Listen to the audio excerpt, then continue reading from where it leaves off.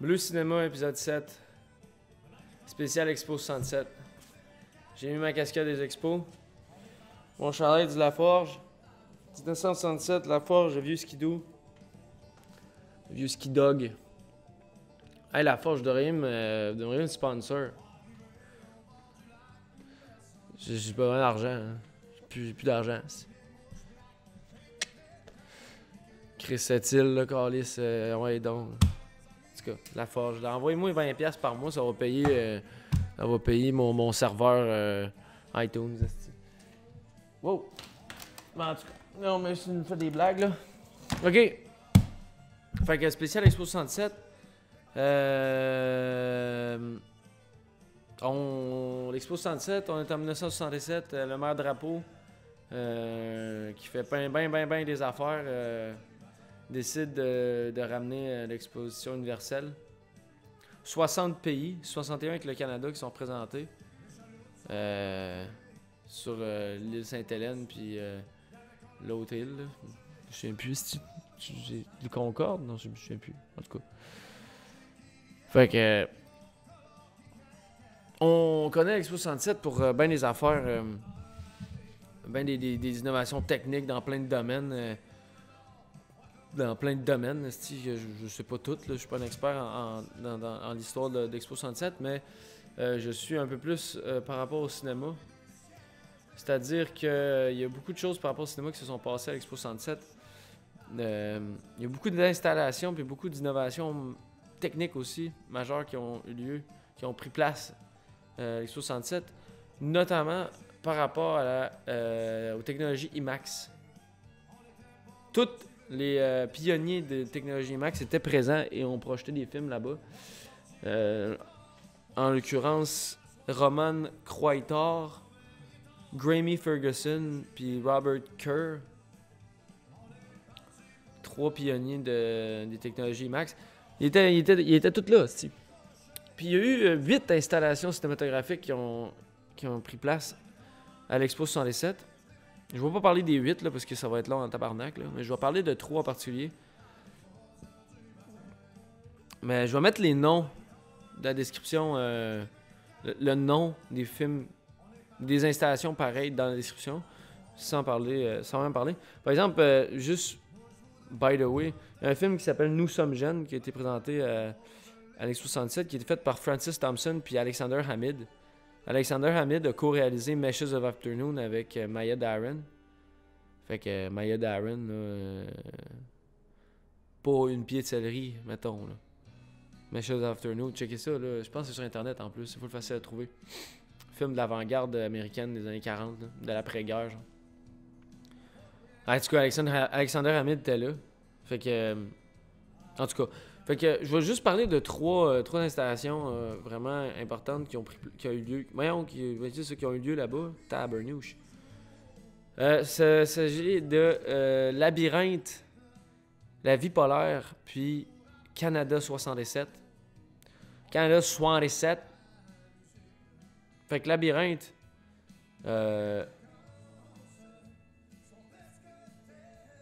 Ouais, c'est ça. C'est fucké, ça. Ouais. Ok. Ça a été fait par Roman Croitor, qui est, comme je te disais, un des pionniers des technologies IMAX. Labyrinthe, c'est une genre, ça mélange là, cinéma puis expérience immersive puis installation d'art visuel un peu. Là, parce que, mais en même temps, ça reste crispement du cinéma. C'est divisé en trois salles. Puis la première salle que tu rentres, en fait, c'est comme juqué sur 5 étages. C'est vraiment en haut. 5 étages de balcons. Puis là, le monde sont sur les balcons comme ça. Puis t'as un écran disposé en L. Fait que t'as un écran comme ça de 11 mètres, puis t'en as un autre comme ça. Fait que t'en as long en style. Puis là, les deux images se répondent entre eux autres. Puis toi, tu regardes ça de même, comme ça. Puis les images du film Labyrinthe, c'est on se souvient, le thème de l'Expo 67, ça s'appelle Terre des Hommes. Fait que c'est vraiment des images qui ont été tournées un peu partout à travers la planète.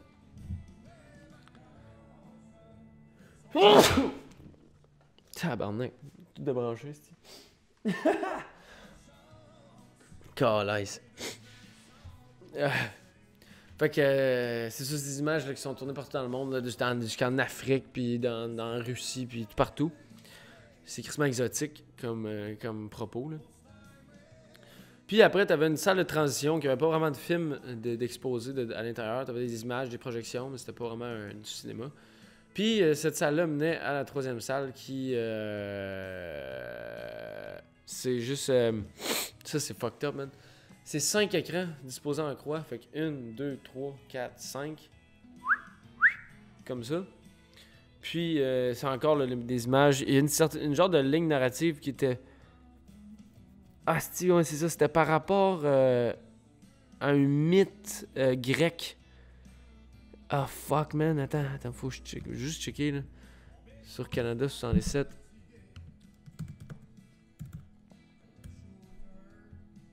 Parce que il y avait une certaine ligne narrative dans le film. Ben, on s'en crisse un peu, là. Mais ça donne juste une idée. Labyrinthe. Ici et là, juste ici. Là. Vraiment Creator. Puis Colin Lowe, ouais.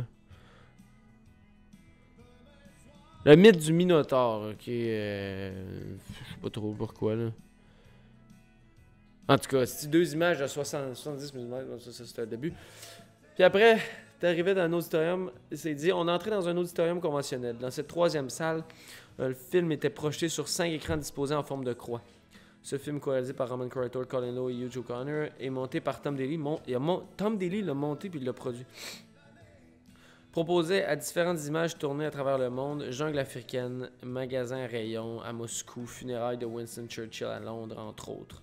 Pour évoquer autant les épreuves de la vie que les réussites. Intitulée dans le labyrinthe, cette création demeure un chef-d'œuvre du cinéma avec écran multiple. On peut se la procurer encore aujourd'hui à l'Office national du film du Canada pour une projection conventionnelle. Et tu peux regarder le film sur le net. Fait que ça, là, ça a été fait... Ils ont créé un rack. Ils ont créé un rack. Ils ont créé un rack qui ont crissé 5 caméras qui filmaient en même temps pour avoir un film qui suit. Tu fais des images là, sur, comme le film Napoléon là, de Abel Gance, je pense, qui était tourné en cinérama, parce que tu as fait 3 projecteurs, 3 écrans. Puis tu te ramassais avec un essai d'écran là, vraiment wide. Mais là, en plus d'en avoir wide, t'en as de haut. Fait que c'est malade, là. Fait qu'en tout cas, ça, c'était le labyrinthe. Ensuite, le film La vie polaire, qui est fait par Grammy Ferguson, un autre des pionniers du... Étienne Lasselle. Ouais. Hey, ça, c'est fou, ok? Bon, ok, t'as 11 écrans disposés en rond. 11 écrans disposés en rond. Puis, t'as une salle au milieu, mais la salle, sa particularité, c'est qu'elle tourne sur elle-même sur 360 degrés pendant la longueur du film. Le film dure 18 minutes. Fait que t'as l'écran qui fait... l'écran. T'as la salle qui fait une rotation sur elle-même de 360 degrés, sur lesquels, devant la salle, les images sont projetées sur 3 écrans. Mais les écrans, tu sais, se chevauchent, tu sais, en même temps que la salle tourne. Puis, c'est des images qui sont tournées tout autour du cercle polaire arctique. En haut du cercle polaire arctique. Fait que t'as autant des images des Inuits du nord du Canada, en Alaska ou en Sibérie, là. Fait que... ouais.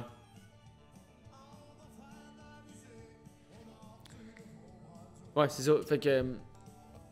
11 écrans. Ah! Ah, qu'est-ce que tu... Fait que 11 écrans.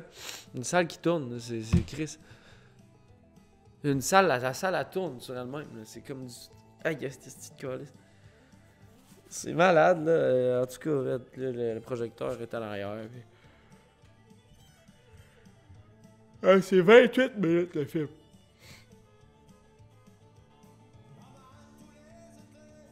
C'est 28 minutes, mais le film dirait 18. En tout cas.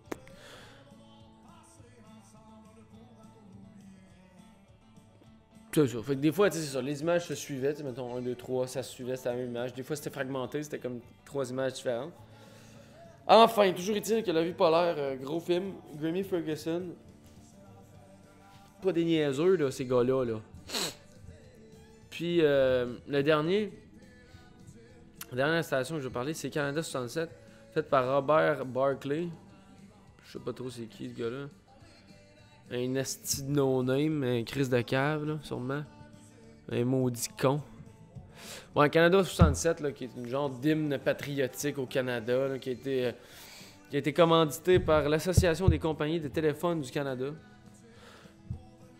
Produit par Walt Disney Studios. Fait que... Puis tourné en...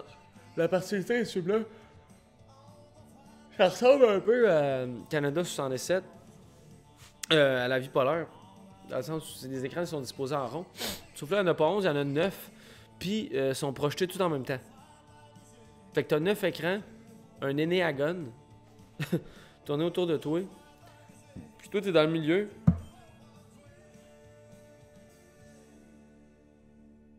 C'est assis sur des bancs. Puis tu vois le film tout autour de toi. Je sais pas trop comment ça fonctionne. Je sais pas trop comment c'était disposé, mais c'est incroyable. Fait que là, t'as 11 écrans. Puis c'est ça, là, c'était... Fait que ça, là, Circle Vision 360, là, c'est... Hey, puis Chris, t'en as haut, là. 23 pieds de haut. 23 pieds de haut. Je sais pas trop c'est haut quand même. 23 pieds, mais 100 mètres, c'est... Non. 23 pieds, combien ça fait 23 pieds? 23 pieds en mètres. 7 mètres. Allez, pense à une tour de 5 mètres de plongeon, plus 2 mètres. Pas fou.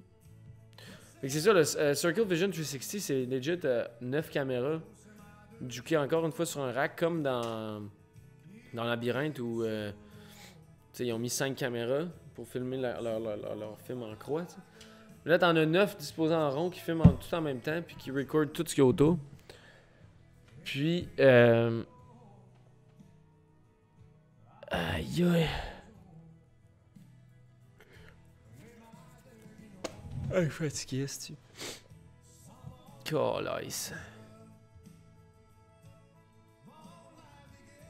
Et si ça, Calice, c'est nice, là, man. 9 écrans.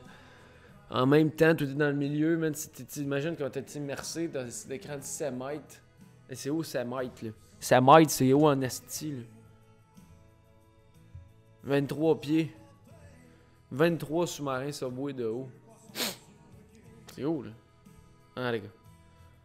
Puis, ce qui est nice aussi avec ça, c'est... Étant donné que tu dis que c'est fait par Walt Disney Studios. En 82, Walt Disney a décidé Ils ont décidé de refaire un film avec cette technique-là. Puis, mais je sais pas s'il est encore aujourd'hui présenté. Ah, ça, mais ils en ont fait une nouvelle version. Puis c'est encore projeté au Walt Disney World, au pavillon du Canada, au Epcot Center. Fait que si vous allez là, vous allez voir Circle Vision 360, c'est quand même vraiment sick. Fait que ça fait pas mal le tour, là. Je vais vraiment tout mettre les liens parce que c'est plus pour ça que ça va être le fun. D'aller voir par vous autres même qu'est-ce qui s'est passé là-bas. Puis c'est ça. Hey, man. Il va falloir repasser au Tim Moncton. Puis c'est ça, man. On oublie un peu. Ben, en fait, on le sait pas vraiment qu'il y a eu ben pour nous autres, là, tu sais, qu'on n'a pas grandi là-dedans, mais demandez à vos grands-parents ou quelque chose. Moi, je sais que mes grands-parents, quand ils me racontent ça, sont allés. Tout le monde au Québec, en 67, est allé là, genre. Tout le monde, toutes les personnes qui étaient en vie là, sont allées. Pas drôle, là, c'est-tu. Fait que c'est ça, man. Les technologies IMAX, dans le temps, c'était pas. Ça commençait quand même. C'était pas. C'était le début. On commençait à voir le potentiel derrière des technologies IMAX. Parce que. Mais ça coûtait vraiment cher. Puis ça coûte encore cher, mais là, à cette heure, c'est moins compliqué. Là. Mais tu sais, du 70 mm, là, c'est de la grosse pellicule. Là. Fait que. C'est ça. Fait que. En parlant de l'Expo 67. Pour un retour des expos. Les expos, là. Ça peut revenir. C'est pas vrai que c'est pas rentable. Le système a changé. C'est plus le même système. La MLB a changé son système, là. À cette heure, il y a une redistribution des richesses. Fait que les gros marchés sont plus autant gros. Des équipes comme les Yankees de New York, ils peuvent plus avoir autant le monopole que dans le temps. À cette heure, ça se peut. Avec les sabermétriques et ces affaires-là. Les chiffres, OK? Baseball, it's all about numbers. Là, tu vas me dire, ouais, OK. Ils ont signé Machado pour 300 millions, Bryce Harper pour 330, puis Mike Trout pour 400 millions. Oh oui, c'est baseball money, mais non, ça va marcher. Je te dis, on va voir. Mon père m'a dit ça, puis je le crois. Je répète tout ce que mon père dit. Les expos vont revenir avant les Nordiques. Fait que là-dessus, c'est tout pour le segment baseball. En attendant, on va je vais arrêter ce calice. Fait que allez checker l'autre épisode, l'autre podcast avant avec Barbara Rich puis mes chers amis de Mad Dog Labine. Mad Dog Labine, man, c'est un assez bon film. Pour vrai, allez voir ça. Même, je pense qu'il est plus au cinéma live, mais peut-être. On sait jamais. Sinon, j'espère qu'ils vont sortir des DVD où ça va être disponible à quelque part pour que vous puissiez regarder ça, parce que c'est vraiment bon. Puis, c'est ça, man. Vive les expos, Atelier La Forge, Expo 107. Yes, sir.